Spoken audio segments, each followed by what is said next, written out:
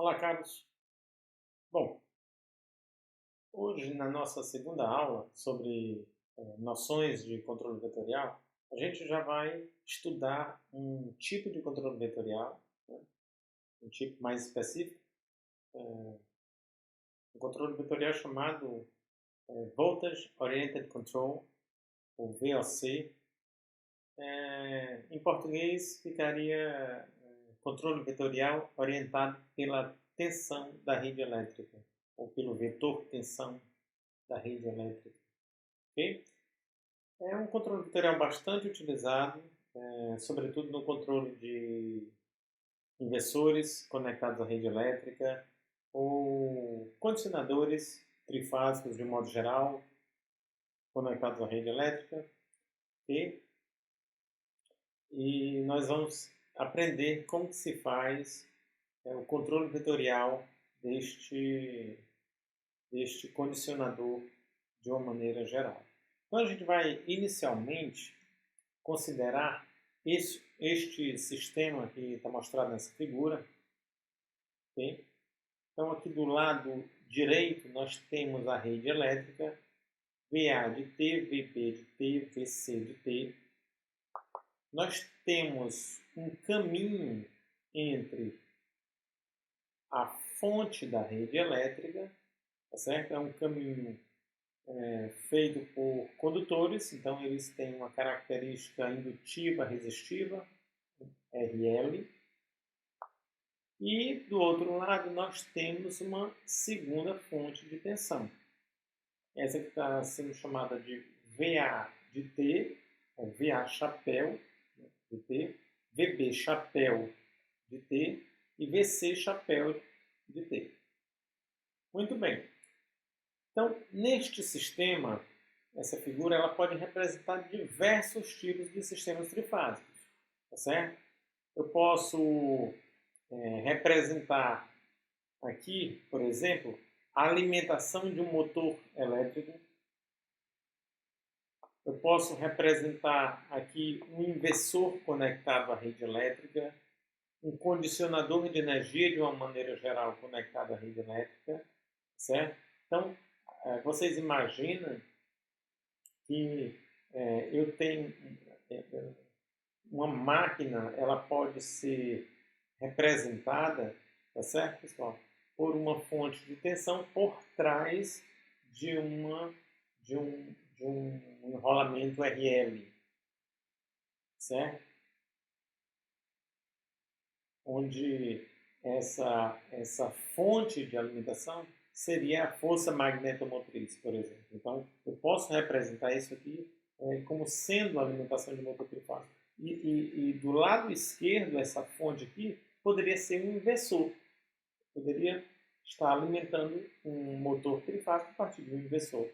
E eu escolhi chamar VA chapéu, VB chapéu, VC chapéu, justamente porque chapéu nos remete a tensões sintetizadas, ou variáveis sintetizadas. No caso aqui, tensão. Chamam de V para lembrar da tensão. Então, sintetizado, ou seja, essa tensão sintetizada poderia ser na saída de um condicionador de energia, na saída de um conversor trifásico, de uma maneira geral, certo? Por outro lado, pode ser um inversor conectado à rede, que seria um inversor, aqui o caminho, né, até a rede elétrica, tá? Que são condutores, então também poderia ser. Então existem muitas maneiras de se representar. Essa ilustração é muito rica, porque ela pode representar vários sistemas, tá certo? Distintos do ponto de vista da aplicação, porém, do ponto de vista de modelagem, muito semelhantes. Por isso que a gente vai utilizar essa figura para tentar representá-los. E a partir dessa figura a gente vai montar o nosso modelo matemático. Então vamos lá. Bom, por enquanto, pessoal, eu ainda estou utilizando, eu vou carregar durante algum tempo este t de tempo, para mostrar que a variável é temporal, tá certo? V de t, I de t, tá certo? V chapéu de t. Mas depois eu vou abandonar. uma vez que a gente está tratando sempre de variáveis instantâneas. Outra coisa é este sobrescrito. Aqui eu estou lembrando que todas essas equações estão escritas, da maneira que elas foram escritas, elas estão escritas no sistema de coordenadas estacionário. Okay? Então, se a gente utilizar as leis de Kirchhoff aqui nesse circuito, olha só, para as três fases, tá certo? A gente vai chegar a cada uma dessas equações aqui para cada uma dessas fases. Então, menos VA mais RI mais LD dt mais V chapéu de T na fase A igual a zero. Jogo esse aqui que estava negativo para o outro lado, me resultou na primeira equação. E faço isso para as três fases, para a fase B e para a fase C. Veja feito para a fase A. Bom, neste momento, pessoal, eu estou com as equações que nós estamos acostumados desde criança a trabalhar. Porém, essas equações estão no referencial, estão escritas no referencial estacionário. Como fazer para mudar para um referencial girante? E qual referencial girante, professor, eu poderia escolher? Pois eu te digo que um referencial girante que já está no sangue, né, do camarada que trabalha com engenharia elétrica é o referencial síncrono, porque gira com a velocidade síncrona, a frequência angular síncrona, que nós conhecemos 377, aproximadamente 377 radianos por segundo, ou frequência linear igual a 60 Hz. Certo, pessoal? Então, geralmente a gente vai trabalhar como referencial girante, né? O referencial girante, o referencial síncrono. Quando eu tiver mais de um referencial girante, então eu devo trabalhar no referencial síncrono e num outro referencial que pode ser, por exemplo, aquele exemplo que eu gosto sempre de citar para vocês, pode ser, eu estou trabalhando numa máquina de indução de dupla alimentação, então pode ser a frequência do rotor, por exemplo. Então, posso trabalhar em dois referenciais, tá? Mas sempre, geralmente, um deles é o síncrono. Um outro tipo de aplicação, por exemplo, se eu tenho duas redes de frequências distintas, Brasil e Paraguai, de um lado 60 Hz, do outro lado 50. Eu posso ter ali um sistema de conversores back-to-back. Então, tem um inversor de um lado, barramento central, inversor do outro. De um lado 60 Hz, do outro lado 50 Hz. E aí eu posso utilizar o referencial síncrono de um lado 60 Hz, o referencial de 50 Hz do outro lado, que para a gente não é síncrono, mas se você olhar do ponto de vista do Paraguai, síncrono é o 50 Hz para ele, o nosso é não síncrono. Tá certo? Então, existem várias possibilidades para a gente trabalhar em referenciais de mais de um sistema de coordenadas girantes. Ok? Bom, mas como fazer para mudar isso aí para um referencial girante? Vou escolher o referencial síncrono, já adianto para vocês. Então vamos seguir, vamos adiante. Olha só, reescrever aquelas equações, né? Já tinha escrito anteriormente, chamei de equação 1, aquele conjunto de equações, mas é interessante para mim passar essas equações todas para uma notação vetorial, porque assim eu concentro as três equações numa só.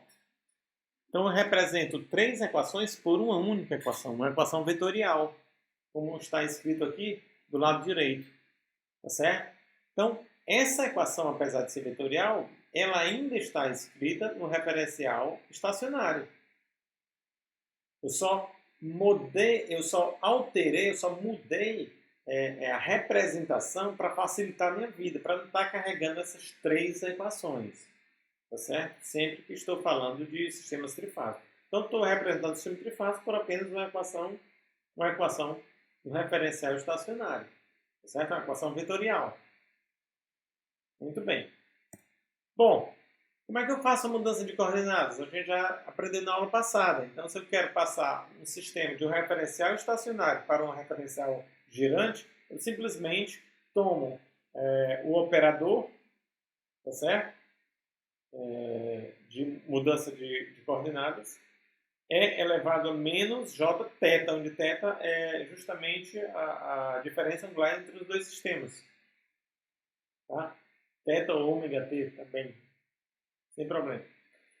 Só que, como eu falei para vocês, eu já até adiantei para vocês, esse referencial girante não é qualquer. Eu vou adotar um referencial síncrono. Ok? Então, só para deixar bem claro, o referencial girante da gente vai ser o síncrono. E nesse primeiro momento, ok, pessoal? Nesse primeiro momento, tá? A gente vai estudar outras aplicações, mas nesse primeiro momento, nosso referencial girante é o síncrono. Só tem ele, só tem um referencial girante.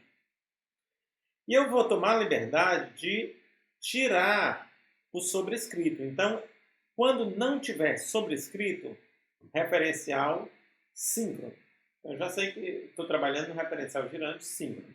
Então, sem sobrescrito significa referencial síncrono, ok? Só para não estar carregando esse amontoado de informações, porque aí, depois que a gente aumentar a complexidade do sistema, isso aí bagunça um bocado a nossa vida. Então, vamos adiante. Bom, o que eu vou fazer agora? Eu vou pegar aquela equação vetorial que eu tinha lá atrás, que eu defini, né? Substituir as três equações em ABC, referencial estacionário, por uma única equação vetorial no referencial síncrono. Digo melhor, desculpa. Por uma única equação vetorial ainda no referencial estacionário. Tá? Por uma única equação vetorial, porém ainda no referencial estacionário. Todas as variáveis estão no referencial estacionário. Agora, me interessa passar tudo isso para o referencial síncrono. Agora sim, o referencial girante síncrono. Né? Então, o meu sistema de coordenadas final, o que eu quero é trabalhar no sistema de coordenadas girantes. Qual deles? O síncrono. O que eu faço? Eu pego tudo que for variável que tiver no referencial estacionário e aplico o operador. É elevado a menos j ômega t. Vamos fazer isso agora. Uma vez feito, a minha equação, esta primeira aqui, essa inicial, ela vai se transformar nesta equação grandona aqui, porque eu apliquei o operador em todos os vetores estacionários. Tá? Porque o mesmo operador é elevado a menos j ômega t. Bom, sempre que eu aplico, o vetor que era estacionário, ele já vai se transformar num vetor síncrono, girante. Esse aqui não tem problema, de cara, esse de cara, este de cara. Opa, mas esse aqui não dá, porque o operador está fora da diferencial. Eu vou ter que trabalhar um pouquinho isso aqui. Essa quantidade aqui, pessoal, eu vou precisar, olha só. Essa primeira variável, a tensão da rede elétrica, já está no referencial síncrono. A corrente naquele ramo já está no referencial síncrono. A tensão da outra fonte, que pode ser um condicionador de energia, um conversor trifásico, um inversor, tá certo? Todos eles são sinônimos, né? Também está no referencial síncrono, porém, esta quantidade, esta parcela não está. E aí eu vou precisar trabalhar um pouco esta quantidade. Vou precisar deixar esta quantidade que está circulada em verde, tá certo? No mesmo padrão que as outras, ou seja, no referencial síncrono. Muito bem.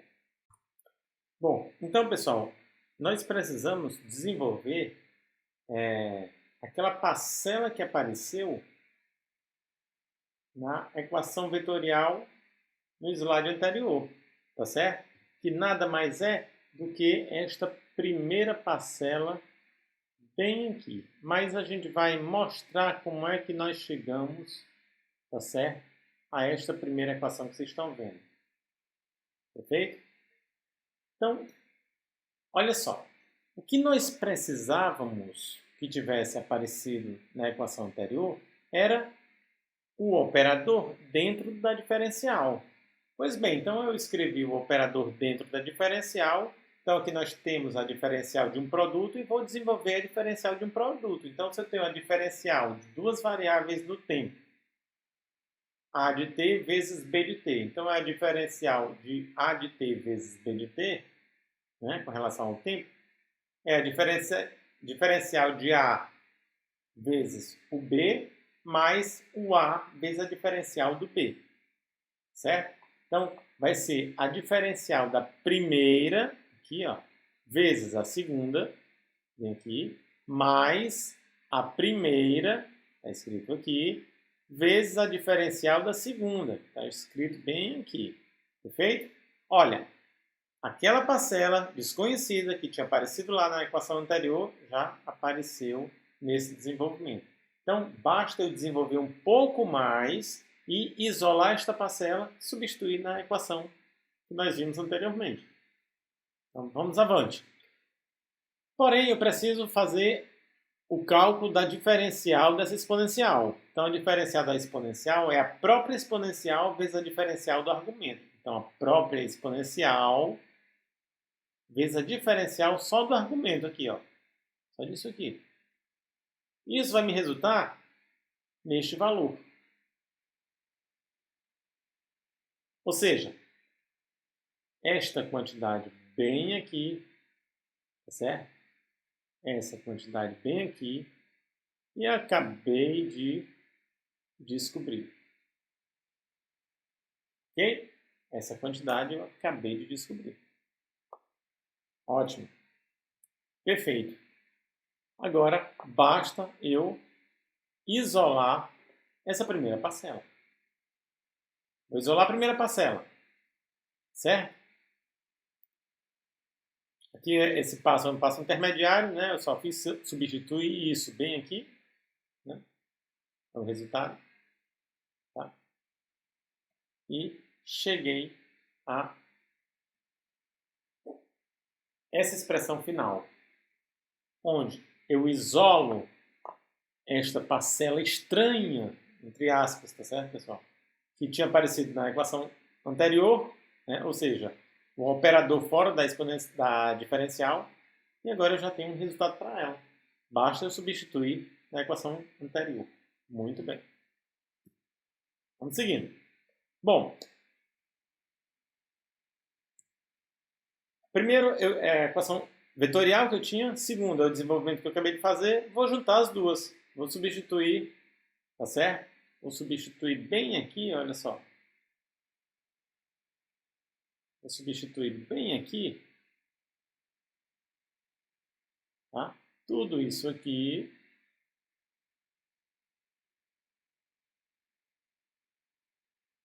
vai ficar substituído por esta parcela inteira. Tá?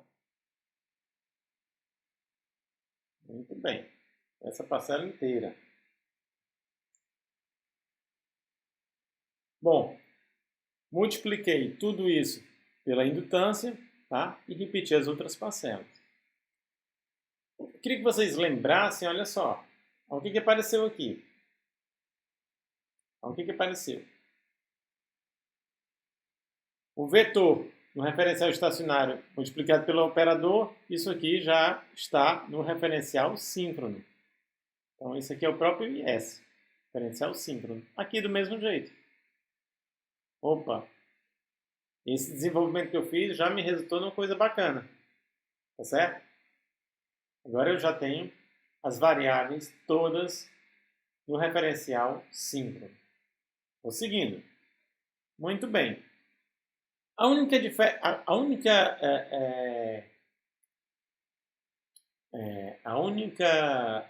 desenvolvimento que me falta fazer agora é a substituição desse LI.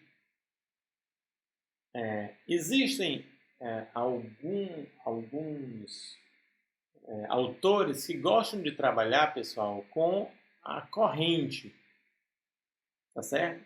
Nesta parcela. Outros gostam de trabalhar com fluxo magnético. Eu prefiro com o fluxo. O LI já é o fluxo magnético, tá certo?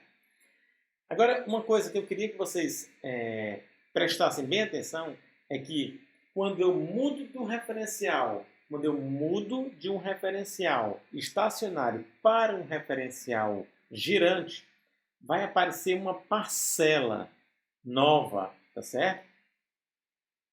Olha só, vai aparecer uma parcela nova. Essa parcela nova, eu vou até grifar aqui para vocês, olha só. Certo? Essa parcela bem aqui. Essa parcela nova, pessoal, é chamada tensão de velocidade. Ela aparece só por conta da diferença de velocidade, a diferença da frequência angular entre os dois sistemas de referência, o sistema estacionário e o sistema girante. Ela também aparece entre dois sistemas girantes, porque existe diferença de velocidade entre eles. Tá certo? Então é chamada tensão de velocidade. Ela aparece por conta da diferença de frequência angular entre os dois sistemas. Tá certo? Muito bem. Bom, e aí, feita essa substituição, né, como eu falei para vocês, somente substituir a minha parcela, tá certo? Referente a produto indutância corrente pelo meu fluxo. Perfeito? Pelo meu fluxo. O resto ficou tudo igual. E aí, eu cheguei a esta equação que nada mais é do que a minha equação daquele mesmo circuito, porém, no referencial síncrono, um referencial girante. Só que é um referencial girante conhecido, referencial síncrono. Eu sei quanto é que vale a frequência angular desse referencial. Perfeito? Vamos seguindo. Estamos fechando já quase a nossa aula. Bom, vamos avante. Seguindo aqui, só para lembrar o nosso circuito trifásico, que originou toda essa teoria, tá certo? Então, nós temos a rede elétrica, temos um caminho, que representamos por um circuito RL, e temos um condicionador de energia trifásico. Então, temos duas fontes, tá certo? Rede elétrica e condicionador, e temos um caminho entre essas fontes. Bom, a equação vetorial que representa esse sistema trifásico, ela está escrita aqui para vocês. É uma equação vetorial, porém agora escrita nas coordenadas síncronas, referencial girante. Só que não é qualquer referencial, é referencial conhecido, como a gente já mostrou. Frequência angular, bem conhecida, aproximadamente 377 radianos por segundo, frequência linear aproximadamente exatamente igual a 60 Hz. Tá? Muito bem. Bom, uma vez que estamos tratando de variáveis no referencial síncrono, ou seja, sistema de referência girante, então isso diz respeito a transformações de Parque, transformada de Parque, certo? Por quê? Porque a transformada de Parque é uma transformada que envolve sistema de coordenadas girantes. Então, ela diz respeito ao sistema de coordenadas girantes. Em outras palavras, o que isso significa? Significa dizer que esta equação, ela guarda consigo duas outras equações. Ela origina duas equações. Porém, essas equações não são equações vetoriais, são equações instantâneas, mas não vetoriais. Perfeito? Então, vamos dizer, eu vou originar uma equação no eixo direto, vou originar uma equação no eixo em quadratura, porque estamos lidando com coordenadas de Parque, certo? Com transformadas de Parque. E aí, chegamos a isso aqui. Então, eu tenho uma equação no eixo direto, uma equação no eixo em quadratura, tá certo? A gente já discutiu um pouquinho sobre a tensão de velocidade que aparece aqui. Vamos discutir um pouquinho mais ainda sobre ela. Vamos discutir em seguida um pouquinho mais sobre ela. Tem um tópico, um ponto que merece um pouco mais de discussão. Mas o que eu quero dizer para vocês é que aqui nós temos tensão da rede elétrica, queda de tensão, tá certo? Na resistência do caminho. Temos a quantidade L, D e dt, essa derivada de tensão, derivada de corrente, digo melhor, essa tensão aqui que aparece no indutor. Temos a tensão de velocidade e temos a tensão no condicionador de energia. Bom, tensão da rede no eixo direto, queda proporcional à corrente no eixo direto, tá certo? LDI dt também proporcional à corrente no eixo direto. Tensão do condicionador no eixo direto. Contudo, apareceu aqui a tensão de velocidade no eixo em quadratura. O fluxo está no eixo em quadratura. Então, eu tenho um termo cruzado. Se eu observar bem a equação de baixo, a equação no eixo em quadratura, eu vou ter a mesma semelhança, tá certo? Ou seja, quase todas as variáveis no eixo em quadratura, com exceção da tensão de velocidade que está no eixo direto. Então, eu tenho termos cruzados. Esses dois termos aqui, tá certo? Eles são termos cruzados, tá? Este aqui e este outro aqui, tá?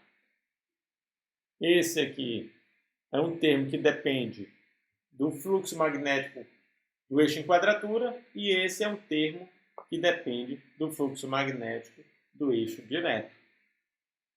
A gente vai ver por que aparece, quais as implicações na prática. Ok?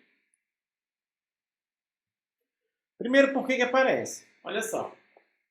Se a gente for escrever, pessoal, se a gente for escrever este vetor, fluxo magnético, tá? Vou escrever aqui o vetor fluxo magnético. Vou escrever aqui em cima. Então, esse vetor é uma componente no eixo direto, ou seja, uma componente real, mais uma componente no eixo em quadratura, uma componente imaginária. Tá certo? Ó, eixo em quadratura. Muito bem. Certo? Muito bem. O que a gente vai fazer aqui? Olha só.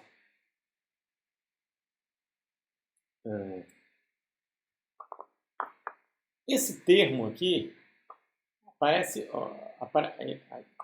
em todos esses termos aqui, tá certo? Eu sempre vou ter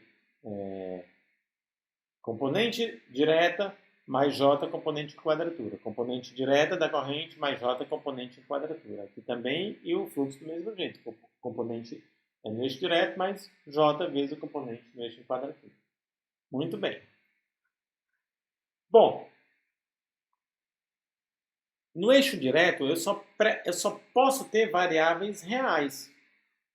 E aqui apareceu um J, tá certo? Aparece um J multiplicado por um vetor.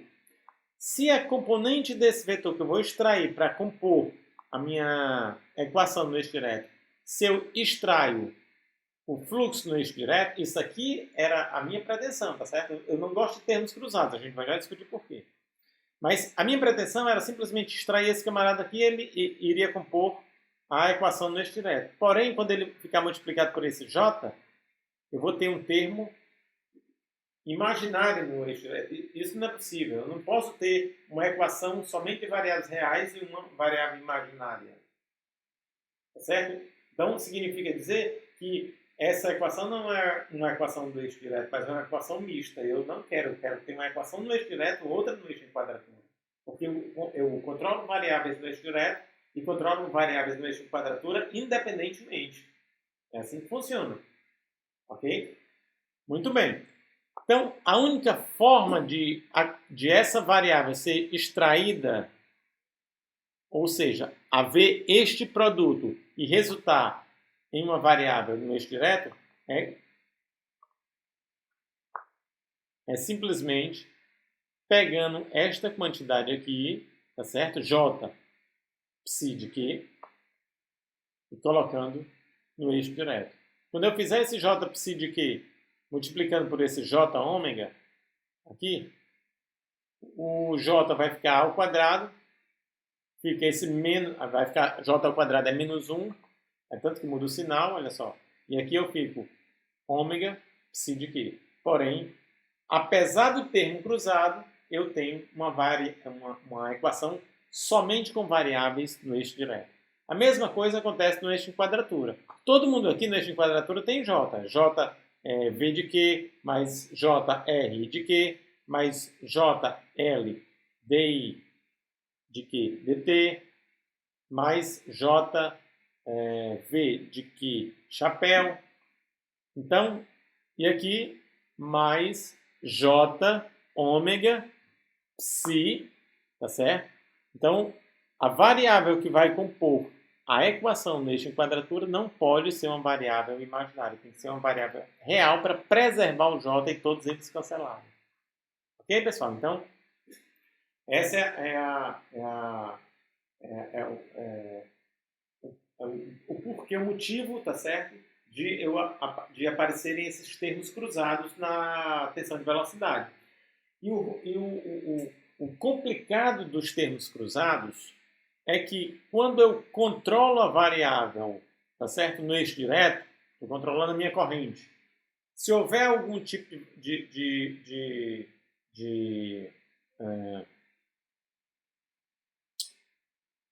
ruído na variável, no outro eixo, né, no eixo em quadratura, que a princípio o eixo direto não tinha que perceber, porque são eixos independentes, eu agora vou perceber, porque eu tenho um termo cruzado, eu tenho um termo que está operando no eixo em quadratura e agora ele está dentro do eixo do controle do eixo direto. E vice-versa, tá certo? Tem um termo que está operando no eixo direto e está dentro do controle do eixo em quadratura. Bem aqui. Okay? Então, esses termos cruzados, eles são ruins por conta disso. Eles tiram a independência, tá certo? Do controle nos eixos direto e em quadratura. Eu tenho que ter sistemas que sejam controlados de forma independente nos eixos direto e em quadratura. E os termos cruzados, eles acabam com isso. Ou, pelo menos, eles minimizam essa independência. Tá certo? Eles minimizam essa independência. Então, o que eu preciso fazer na prática? Depois, quando a gente estiver mais aprofundado nas aplicações, a gente vai trabalhar isso melhor. Mas, só para matar a curiosidade de vocês, o que eu precisaria fazer na prática? Na prática, eu preciso compensar esses termos. Então, eu preciso colocar um termo que, no eixo direto que anule esse aqui e um termo no eixo em quadratura que anule esse outro aqui. Tá certo? Na prática, eu preciso anular esses termos cruzados, porque senão eu vou sempre existirá a interdependência dos eixos, tá certo? Vai haver, ou seja, algo que acontece no eixo vai interferir no controle do outro e vice-versa. Perfeito, pessoal? Bom, então a gente fica por aqui. Essa foi a segunda aula sobre noções de controle vetorial e até a próxima, pessoal.